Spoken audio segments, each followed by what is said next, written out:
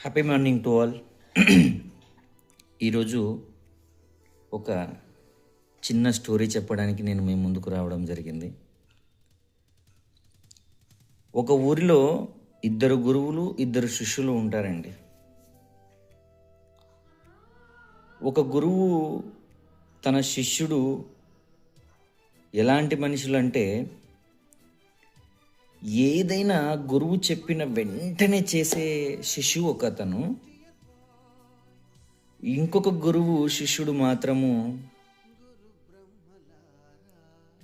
ఏమి చెప్పినా కొంచెం సరిగ్గా వినే మనిషి కాదు. ఒకరోజు ఇద్దరు ఉదయాన్నే గురువులిద్దరూ శిష్యులిద్దరూ కలిసి ఒక చెరువు గట్టు మీదకి వెళ్ళడం జరుగుతుంది. వెళ్ళిన తర్వాత మొదటి గురువు అంటాడు తన శిష్యుని చెరువులో దూకమని. ఆ శిశువు ఒక్క నిమిషం కూడా ఆలోచించకుండా చెరువులో దూకడం జరుగుతుంది.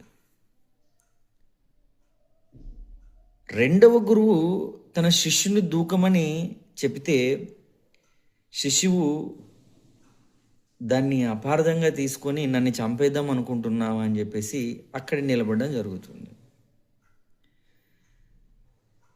తీరా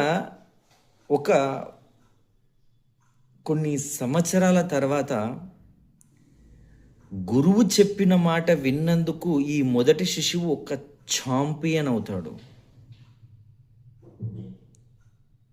రెండవ శిష్యుడు మాత్రము ఎవరెవరైతే ఛాంపియన్ అవుతున్నారో వాళ్ళకి ఎగ్జాంపుల్గా ఉంటాడు. ఛాంపియన్ కావాలి అనుకుంటే కష్టపడాల్సింది మనమే. ఛాంపియన్ కాకుండా ఉండాలంటే